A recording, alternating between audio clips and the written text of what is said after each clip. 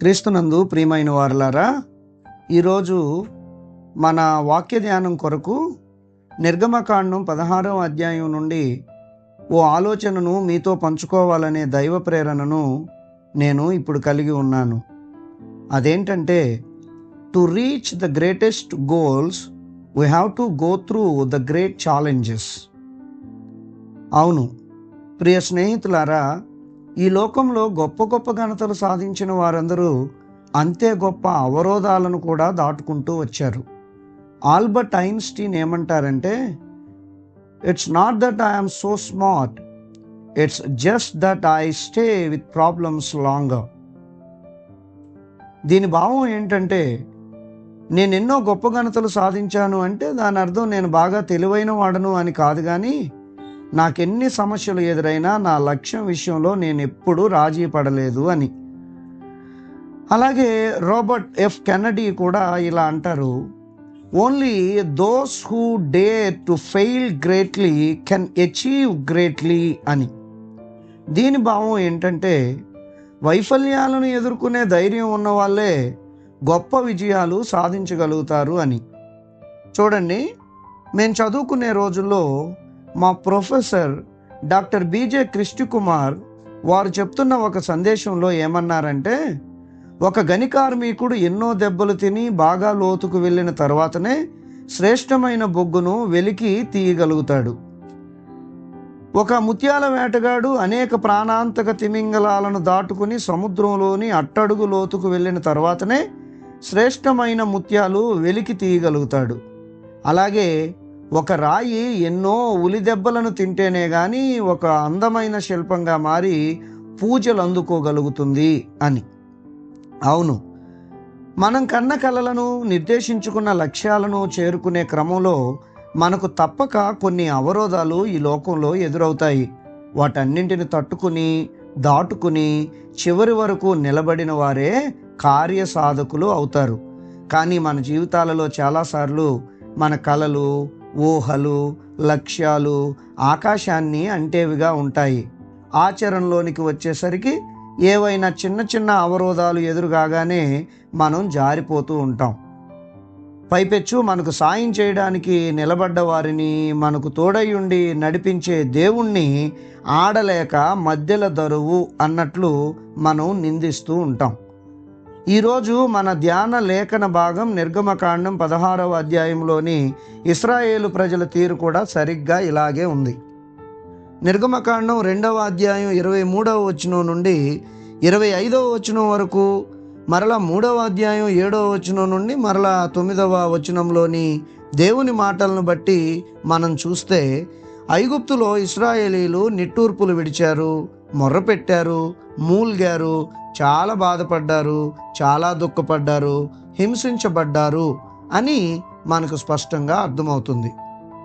ఈ పరిస్థితుల్లో దేవుడు చలించి నానాయాగి చేసిన మోషేను కన్విన్స్ చేసి, మూర్ఖుడైన ఫరోను అతని సేనల గర్వాన్ని 10 తెగుళ్లతో అణచి, మధ్యలో సముద్రం ఎదురైతే పగలుస్తే మేఘస్తంభంగా, రాత్రి అగ్నిస్తంభంగా ఉండి సముద్రాన్ని పాయలు చేసి మరి ఆ ప్రజలను సముద్రం దాటించి ఫరోను అతని సేనలను సముద్ర గర్భంలో కలిపేస్తే, పూర్వం సంచార జాతులుగా ఉన్న వీరికి పాలు తేనెలు ప్రవహించే గొప్ప దేశాన్ని ఇస్తాన్ని అని వాగ్దానం చేసి వారికి దాన్ని లక్ష్యంగా నిర్దేశించి దేవుడు తానే స్వయంగా వారితో ఉండి నడిపిస్తూ ఉంటే, చిన్న చిన్న అవరోధాలు ఎదురైనా కూడా అటు దేవుని మీద ఇటు మోషే అహరోనుల మీద పదే పదే మండిపడిపోతున్నారు ఈ ఇశ్రాయేలు ప్రజలు.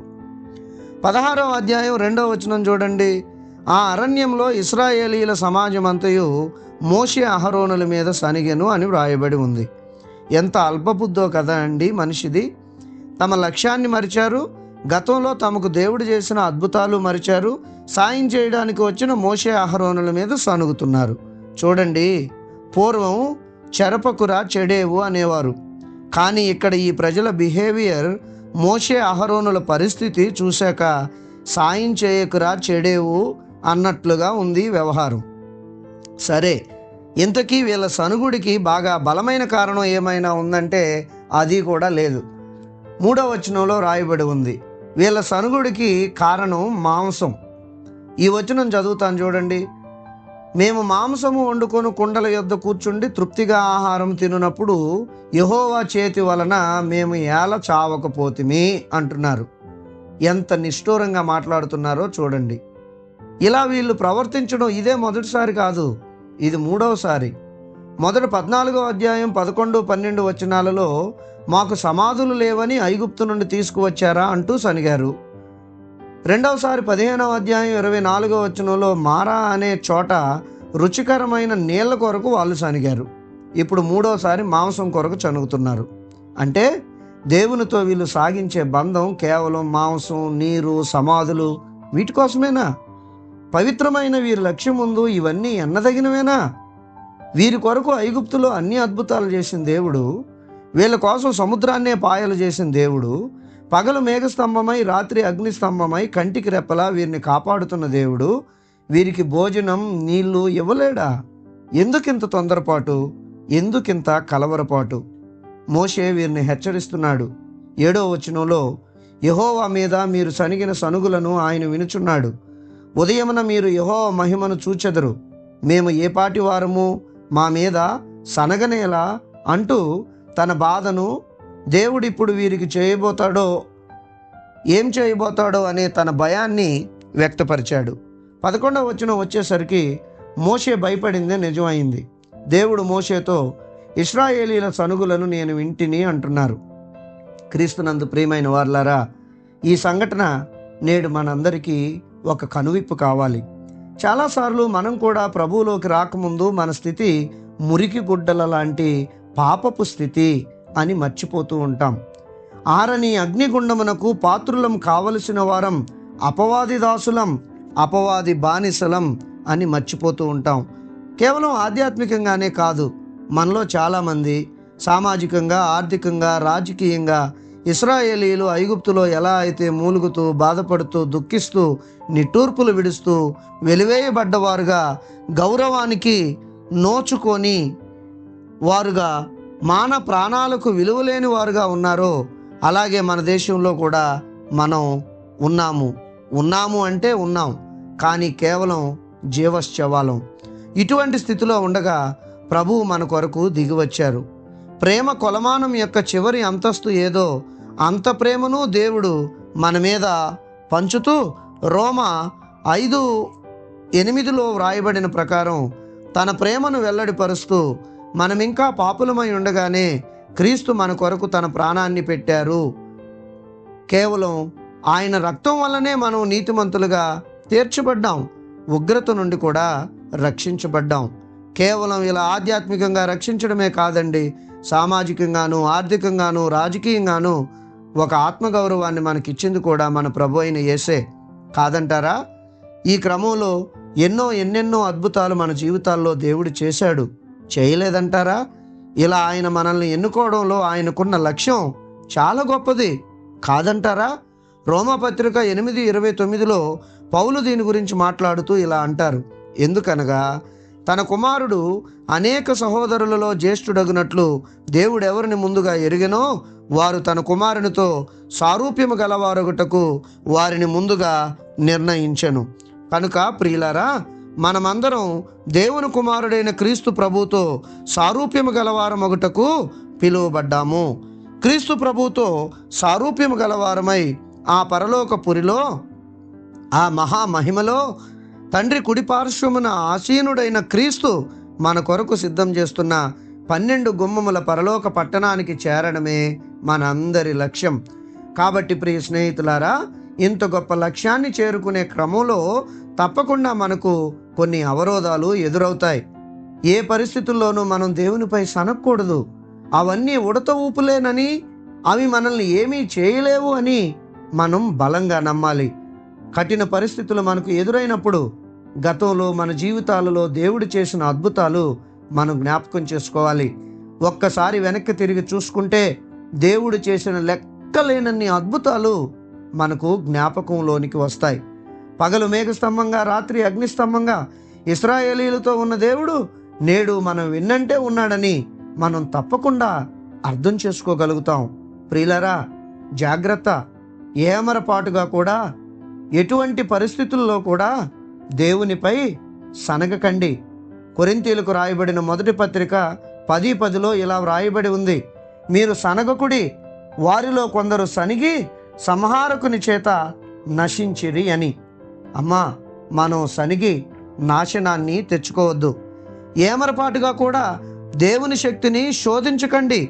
హెబ్రీ పత్రిక 3వ అధ్యాయం 9వ వచనం నుండి 11వ వచనం వరకు గల భాగంలో దేవుడు 40 సంవత్సరములను నా కార్యములను చూచి మీ పితరులు నన్ను పరీక్షించి శోధించిరి, కావున నేను ఆ తరము వారి వలన విసిగి వీరెల్లప్పుడూ తమ హృదయాలోచనలో తప్పిపోవచ్చున్నారు, నా మార్గములు తెలుసుకొనలేదు గనుక నేను కోపముతో ప్రమాణము చేసినట్లు వారు నా విశ్రాంతిలో ప్రవేశింపరని చెప్పితిని అని అంటున్నారు.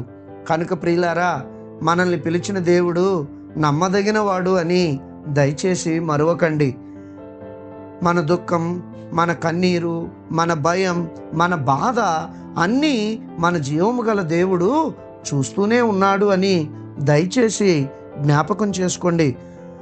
నిర్గమకాండం 16వ అధ్యాయం 7వ వచనంలో మోషే ఇశ్రాయేలీలతో ఉదయమున మీరు యెహోవా మహిమను చూచెదరు అంటూ ఆకాశం నుండి మన్నాను ఇచ్చినట్లుగా మనమున్న మన జీవితంలోని కఠిన పరిస్థితుల్లో కూడా నమ్మదగిన మన దేవుడు తప్పక జోక్యం చేసుకుని తన మహిమను చూపి మరలా మనకు నోటి నిండా నవ్వును తప్పకుండా కలుగజేస్తాడు. దేవుడి ఈ మాటలు దీవించునుగాక. ఆమేన్, ఆమేన్, ఆమేన్. సర్వోన్నతుడు అయిన మా దేవ, ఎటువంటి కఠిన పరిస్థితులు మా జీవితంలో ఎదురైనా వెనుతిరగక సనగక మీ ఎడల విశ్వాసంలో మేము పక్కకు జరగక మిమ్మల్ని పరిపూర్ణంగా నమ్మి ముందుకు సాగడానికి సహాయం చేయండి. మీరెల్లప్పుడూ మా చేయి పట్టుకుని నడిపిస్తున్నారు. మీరెల్లప్పుడూ మమ్మల్ని హత్తుకుని ధైర్యపరుస్తున్నారు. ఎటువంటి దుఃఖకరమైన పరిస్థితులు, కఠినమైన పరిస్థితులు, నిందలు, హేళనలు, అవమానాలు మా అందరి జీవితాలలో ఎప్పుడూ ఎదురైనా మీరెప్పుడూ మమ్మల్ని చేయి విడిచిపెట్టలేదు. దేవా, మిమ్మల్ని నమ్ముకుని మిమ్మల్ని ఆలింగనం చేసుకుని మీ వైపు మాత్రమే చూస్తూ మేము ముందుకు సాగడానికి సహాయం చేయండి. ఈ దినమంతా మా సంఘ బిడ్డలందరికీ తోడై ఉండండి. వారి విధులకు హాజరై మరలా అందరూ క్షేమంగా వారి గృహాలకు తిరిగి రావడానికి మీరే సహాయం చేసి నడిపించండి. యేసు నామమున వేడుకొనుచున్నాము తండ్రి, ఆమెన్. మన ప్రభు అయిన యేసుక్రీస్తు కృప, తండ్రి అయిన దేవుని ప్రేమ, పరిశుద్ధాత్మ యొక్క నిత్య అన్యోన్య సహవాసం ప్రభు బిడ్డలమైన మనకెల్లరకు సదాకాలం తోడయుండును గాక. ఆమెన్.